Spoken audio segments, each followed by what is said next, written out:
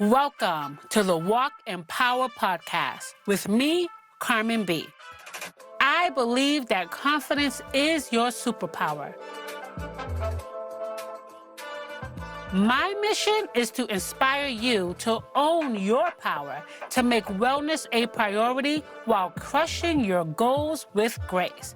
Because listen, no woman should have to choose between her health and her goals when we deserve both.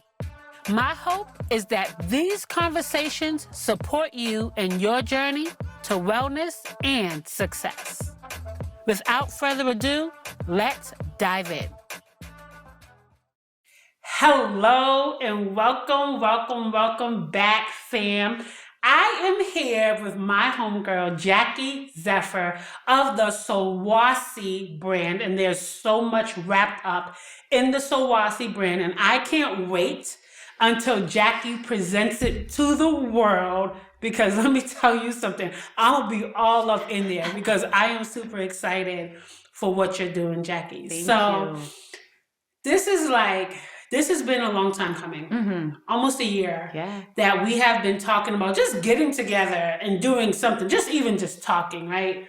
I met Jackie at a live podcast almost a year ago, and when I heard you speak, immediately I was drawn to you. You know, I knew I needed to be connected to you in some way or another, and I love that feeling, and I am learning to lean into that feeling, because as Black women, sometimes you feel that and you see a person like, oh, I really like that person, but you're afraid to even talk to or approach a person because you reel yourself in. You're like, but sometimes you don't show the energy you're going to receive. But I've learned to not let the fear of someone else's energy deter me from what I'm feeling in my heart.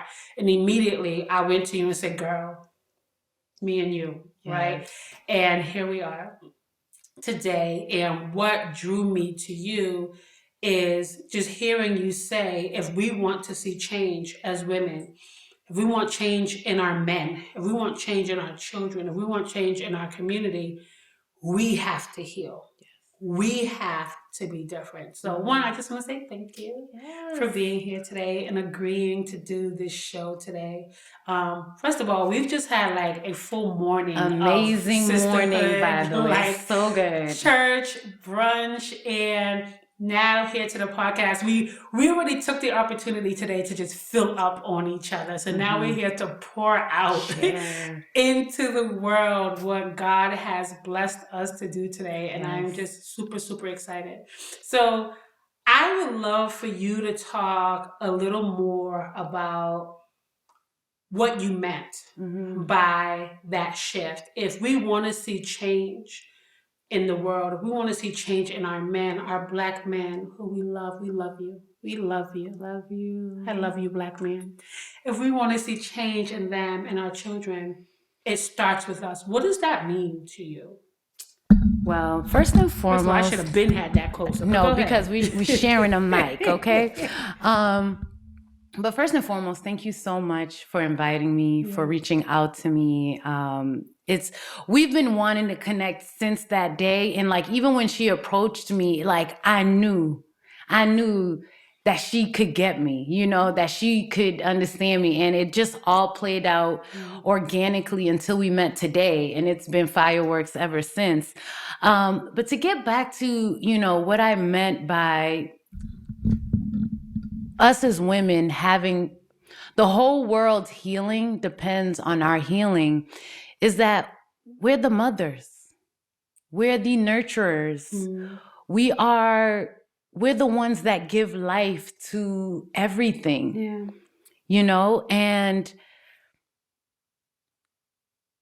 we all have our own journey, whether it's with trauma or heartbreak, which is traumatizing, our journey with trauma. And sometimes that trauma takes us away from our truth and who we are truly supposed to be and show up as.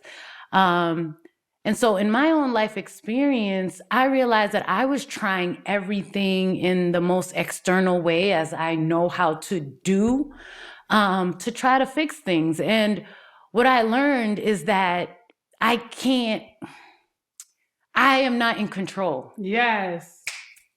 I am not in control of fixing other people as much as I want to. Yeah. And I realized that me focusing on my inside, like focusing on changing myself, focusing on healing what's traumatized me, looking at my history, Yes. looking back at my own traumas, and doing that healing work or that compassion work with myself, forgiving myself, which so many times is so much easier said than done. Oh, yeah. That's how change happens. Yes. I love that when you talk about who we became in trauma, right? Yeah.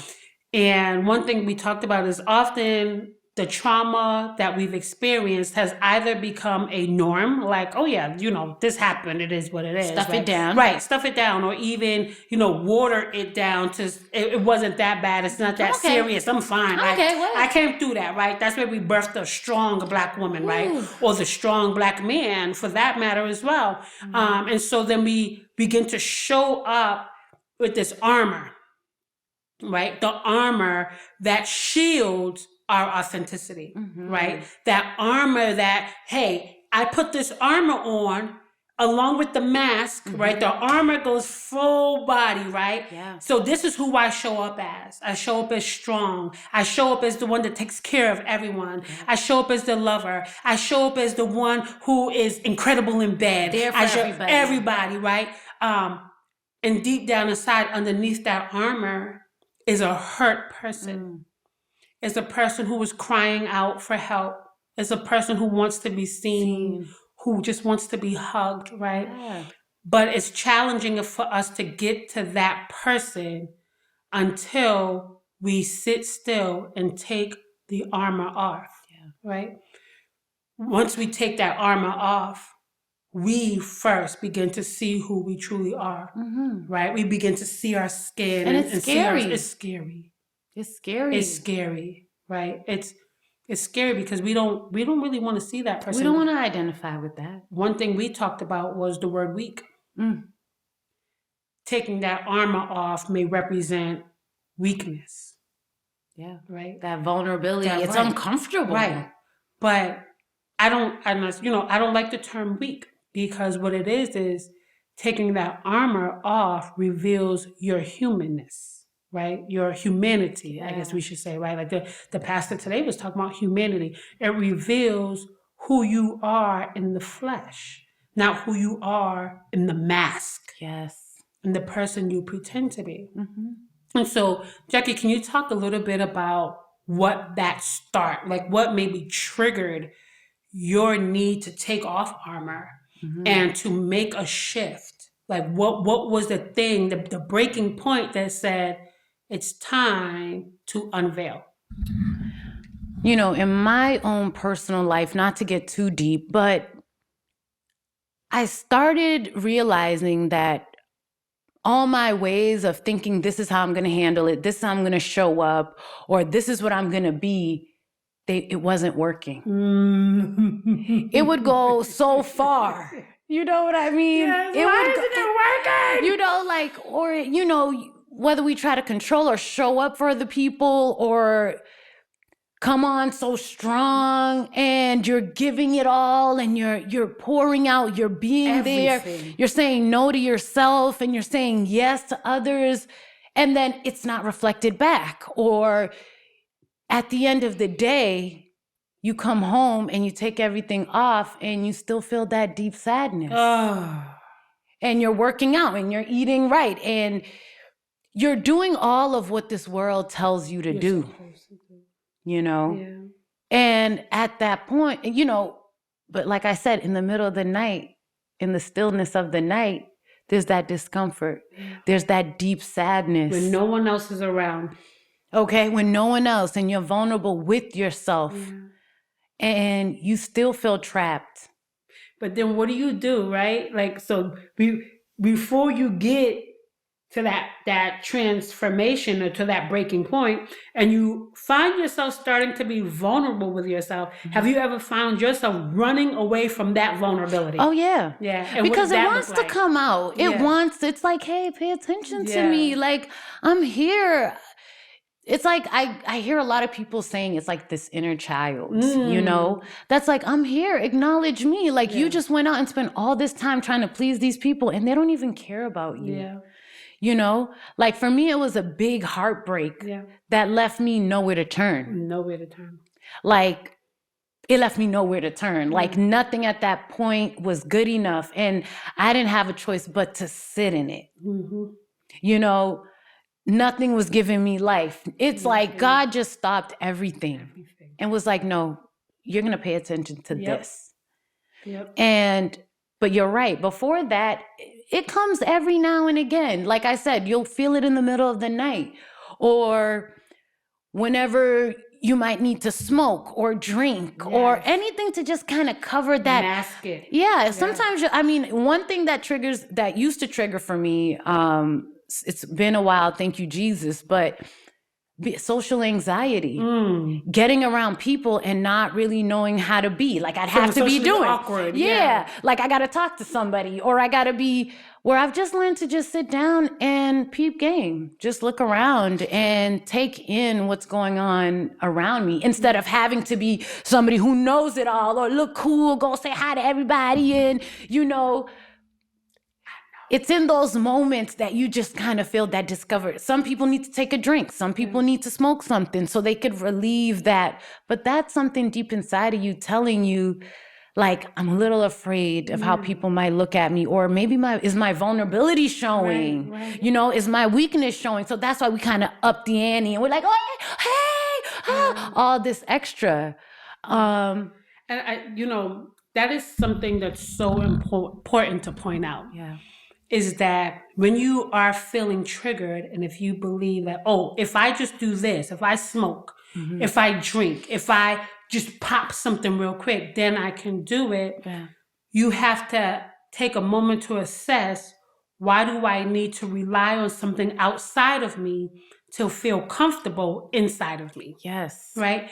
And that is something that a lot of people don't want to dive into because, like you said, it is scary. Yeah. And when we talk about taking off armor, it's a journey. Like, I still have armor, right? Like, it's probably right here around my thigh right now. I've been peeling off, but it's still there, it's still right? there. And recognizing that just one day at a time, one thought at a time. Steps. You do not suddenly emerge into this whole person. Never. It's one day at a time.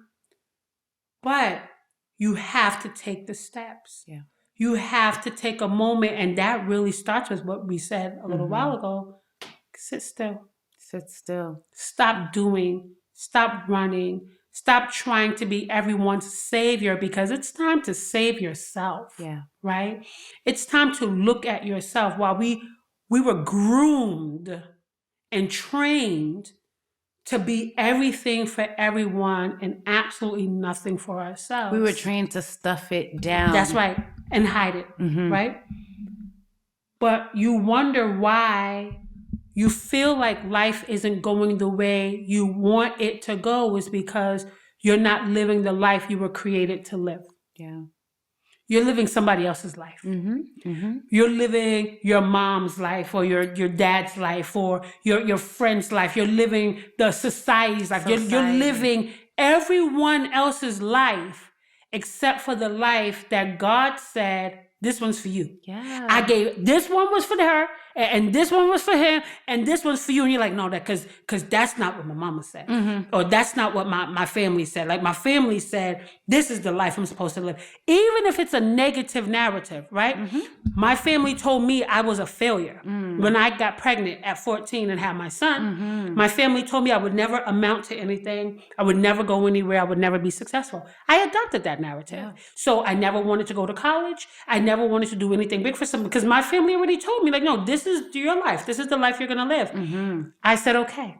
I got an agreement with them. And that's the power of word curses. Oh. That's the power of Girl. word curses, and just the power of the tongue, as we Especially were on talking children. about in the car. Like, just knowing, we just don't even know how powerful we are when we say those things. Right. When we just speak over somebody's life, especially Yes. our children. Yes. You know? The most vulnerable people in the world, right? One thing that just came up for me is when we think about our power and the shifting and the healing that we have within us to offer up, Yeah. right? While that healing starts in us, understanding that we have the power to break down and build up. Yes, we can renounce those. Oh my God. For ourselves and others. Yes. So when we talk about our children, when we talk about our community, when we talk about our Black men, I love you, Black men. When we talk about our Black men is, as women, we have the power to break our children down, to make them feel worthless, to make them feel invaluable. We also have the power to do that to our Black men. Yes. We have the power to do that in our communities. You know, when we talk about our Boston communities, oh, our community is so bad, it's so this, it's so that. Yeah. We're speaking that energy into our community. Yes. Instead of speaking about the beauty of our community, the beauty of our Blackness in our community, Yes. we can speak life into our community by changing our words. Amen. But we can also speak life into our children and allow them to grow strong and beautiful and amazing and successful. And we can speak that same life into our Black men, right? But before we can speak life into anyone, sis, who we got to speak it into? Into ourselves. Yes. Into ourselves. You know, what you were saying about, like, even me, when I go in on my son, sometimes he needs to be disciplined. Yes. But even when I'm yelling at him, or not even yelling at him, but getting him to see what he's doing, you know, I'd be like, you're too smart for that. Yes. You know, I don't want to call him, where I see people say stupid loosely. Woo! Oh my God. Sis, That is, I need a moment. I hate that word. Because when I hear that people word. talking to their kids like that, It ooh, hurt it, and anyone that you Ooh. say it out loud to, actually. anyone. Or even if you're in a Anyone. room and you're saying it to that one person, you're saying it to everybody, because a curse is a curse. Yes. That's why, you know, I mean, I've even turned away from movies, music, Yep. because it hits the subconscious. I used to love Wu-Tang, a whole bunch of, I grew up off hip hop. I love hip hop. But I find myself more listening to instrumentals, Yes. or gospel rap, Yes. or just something that's going to give me life, because in that time of being silent with myself and really just staying still, I acknowledge my sensitivity. Yes. How sensitive I am Your to softness. my softness. You know, that our sensitivity, if you think about, that's also what nurtures. Yes. And makes other people feel comfortable, and what draws people to us. We have to take care of that softness. So sometimes, you know, I stopped listening to a lot of my hardcore rap. I love my hip hop, like, don't get it twisted, but sometimes it makes you cringe when I listen to it. It takes you away from the person you're working to be. Yeah. You know? God, I used to love me some Foxy Brown girl.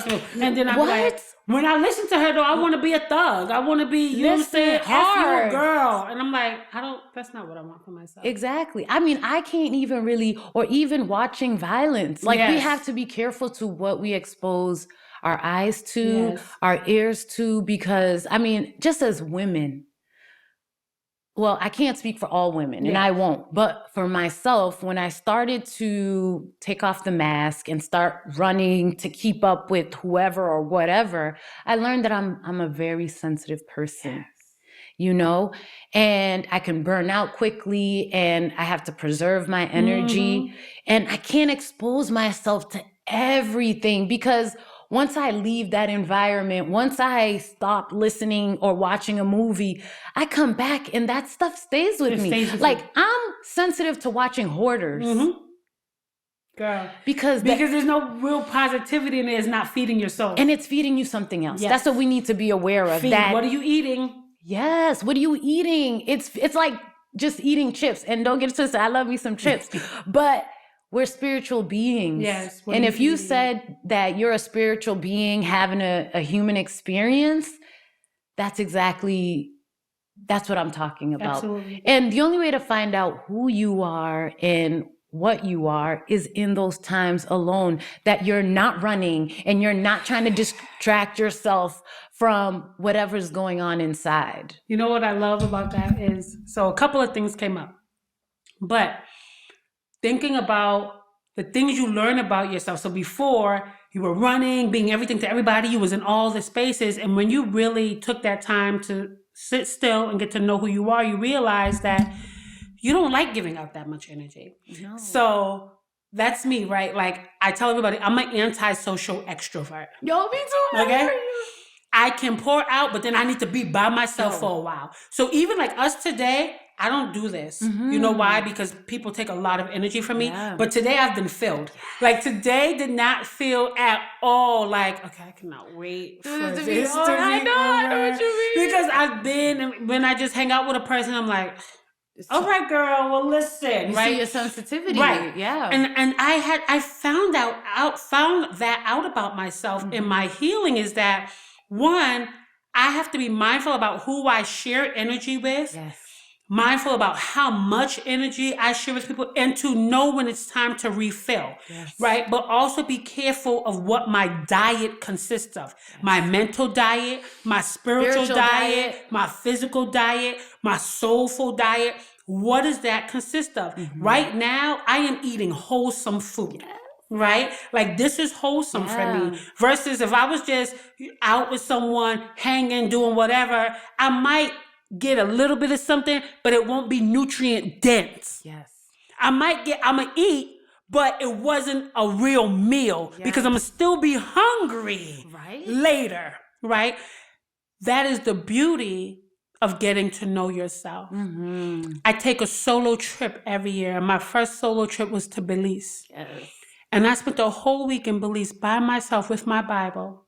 And I realized on that trip how much I loved me. And I also believe that you never will truly know who you are until you have become comfortable with being with just you. That way, when you do decide to be in company with others, you know it's not out of desperation. It's not I'm okay. Like someone hit me up the other day in my inbox and my DMs, like, I'm so lonely. I was like, I'm sorry to hear that. He said, are you? I said, I most certainly am not. I'm good. I'm good, honey, but you take care of yourself, right? Yeah. Because I have become so comfortable with who I am. And so one thing I'm hearing here is that shift of healing and nurturing yourself starts with sit still. Sit still. Get to know you. Get to know you. Cry for about a week or so. Journal. Or whenever. Journal. Reflection. You know, just on how you really feel about the people around you or your closest friends, or how, how do these things make you feel? I think reflection is really the biggest key. Reflecting on how things are making you feel, or people around you, or your own environment. Because all these things affect us knowingly or unknowingly. Yeah. But also, in that reflection, it's also reflecting on how you're creating your own misery. Yeah. Because I have gotten to know myself so well, I know when I'm creating my own misery, anxiety, depression, whatever. And someone will call me and I'll be like, what's up? They'll be like, what's wrong with you? I'll be like, nah, I'm just right over here creating my own misery. Ain't nobody did nothing to me. It was me. But in that level of self-accountability is because I was able to reflect and get to know myself so well to know that when I'm hurting myself, when I'm making myself happy, all the things I need to do to shift my energy and when you do that, the energy you pour out is different. And what you pour out is for others. So when we're pouring, we're feeding others. Are we feeding others a healthy diet? Yes. And on top of, when you were just saying right now of being in your own misery, that's Satan. Ooh, get your ass out of here. Okay, you have to tell the devil to leave. because he's always trying. There's no space for you here. He's always trying to make us feel miserable. He always wants to use the vessels. And that's why you have to become aware. You have to become aware. He's always trying to make you feel less than, and that's why we have to be careful what we expose ourselves to when it comes to these music. Or like I said, I'll watch Hoarders and I'm done digesting that and I feel like crap. Yeah. And I'm just like, what? Because you just ate a whole plate of junk food. Exactly. I didn't connect the two that I just finished watching Hoarders and now I feel like crap. But sometimes that's what it is. It just drops something in your spirit and you're feeling. And if you're empathic, you're now thinking that, is this something that I did? Or is this me? It did not fill you up. Yeah, I just started realizing that I'm really sensitive to, for example, even someone getting beat up or someone telling a horrible story that happened. I feel the pain. I feel the pain. And before, I'm just exposing the sensitive body to everything, soul to everything. Whereas now I'm, as the Bible says, protect your heart. You protect yourself. But it all comes with that awareness. When that R. Kelly thing came out about what was happening, I was like, I'm not watching that. Everyone's like, oh, you should watch. I'm not watching that. You know why? Because it's triggering. It's traumatizing for me. Why would I put myself intentionally in a space that's going to bring me down? Your heart. I have to protect my heart. Yes. You're absolutely right. We have to know that we have to create boundaries. Yes. And for ourselves, not for others, right? Those boundaries are there to help us take care of ourselves. Correct. Even if others don't agree with it. Exactly. So one thing I want, just as we get ready to wrap up, is how would you say your transformation, your healing journey, right? It's a journey that we're still traveling. How would you say you've witnessed on your healing journey how others have been transformed by your healing? I think the person that I used to be was somebody that always wanted to do for people or show people how much I loved them and how much I cared about them. And I always felt like I had to give. You know what I mean? Like I had to do an actionable or something to show. Transactional relationship. Exactly. Yeah. But I think with my healing work, and as we were talking about earlier, I just feel like we are healed. Yeah. But this life is an ongoing journey. Yes.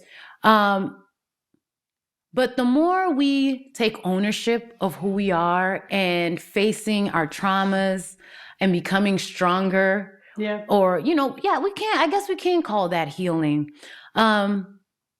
The more empowered I become, the less I feel like I need to do something physical or take an action I've learned that me just being me is good enough. Is enough. Me just showing up and listening, or someone calling and just talking to them, just me being me is enough. And the more I take care of myself, the more people feel more comfortable with me, the more people, want to share with me. Yes. And I don't feel the need to control their life. I'm just here as just, hey, an anchor or a reflection of you. Yes. But I don't feel that need to, oh my God, I need to prove, or I'm worthy and that I'm a good person. I never feel the need to prove myself. And it's so crazy because people become even more attracted to me. That's it. Yeah.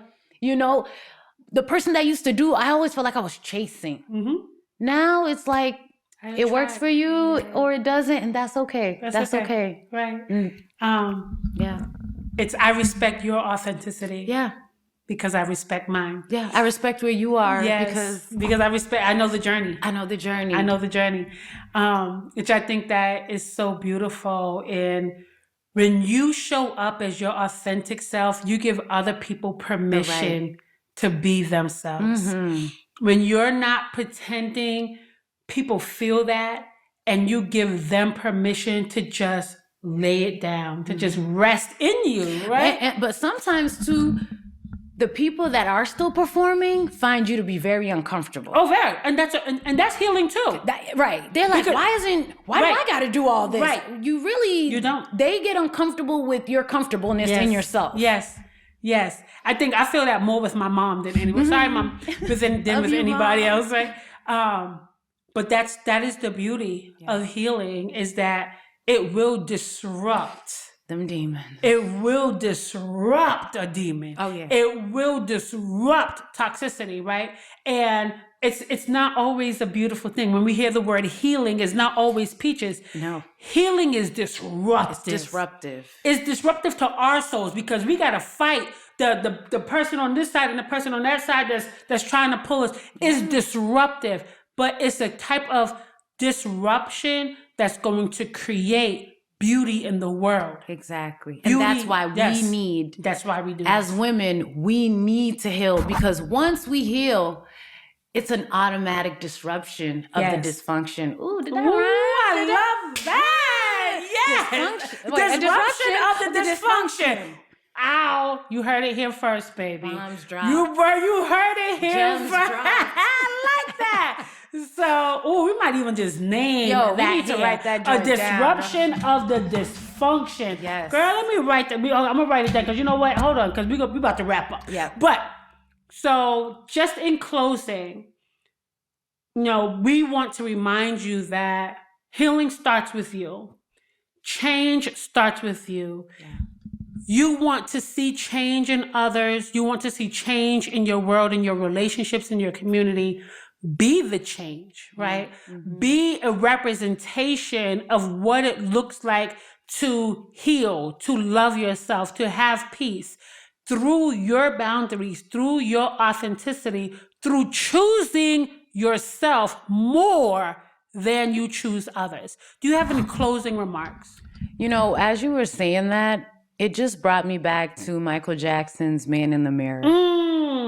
And listen to that song, because I think, and I don't know, it's just dropped in my spirit right now, that change really begins with you working on you, not you trying to change other people or things, people, environments around you.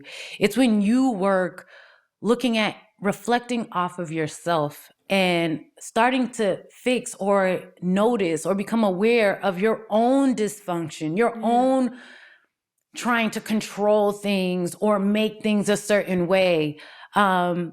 And sometimes that comes with forgiveness. It comes with, but you have to sit with yourself. Like I can't sit here and we're all so different. We're all so unique and so, so many different parts to us, but you have to sit down with yourself and really look at those different sides and see what needs a shift. What do I need to stop doing? What do I need to start doing? It starts there. Yeah. That reflection. Sit still.